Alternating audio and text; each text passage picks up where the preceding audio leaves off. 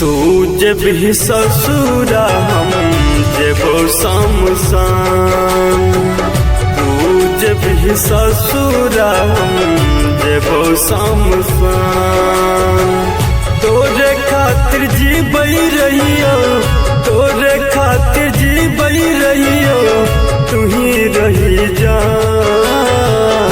तू जब ही ससुरा हम जेबो शमशान, तू जब ही ससुरा हम जेबो शमशान।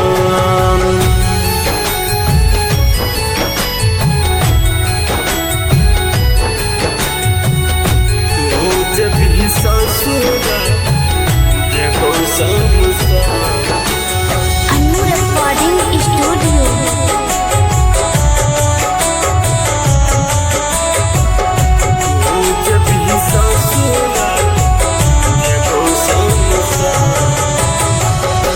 जाना सबेसी तोरा केने रहियो प्यार गे, मरला के बाद हम एबो तोरा याद गे, एबो तोरा याद गे। हाँ, जाना सबेसी तोरा केने रहियो प्यार गे, मरला के बाद हम एबो तोरा याद गे।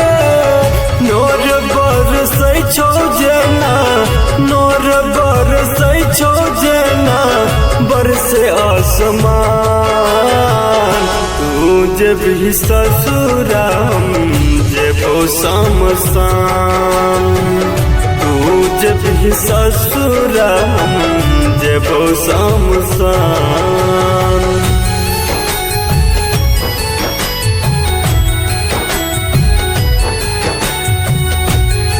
जब ही ससुरा जेबो शमशान।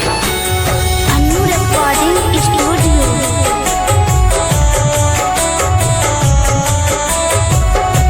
तू जब ही ससुरा जेबो शमशान। दोसर नामक मेहदी ले लही रचाई, पल भर में हमरा जान दिलही भुलाई। हाँ, दोसर नामक मेहदी ले लही रचाई, पल भर में हमरा जान दिलही भुलाई।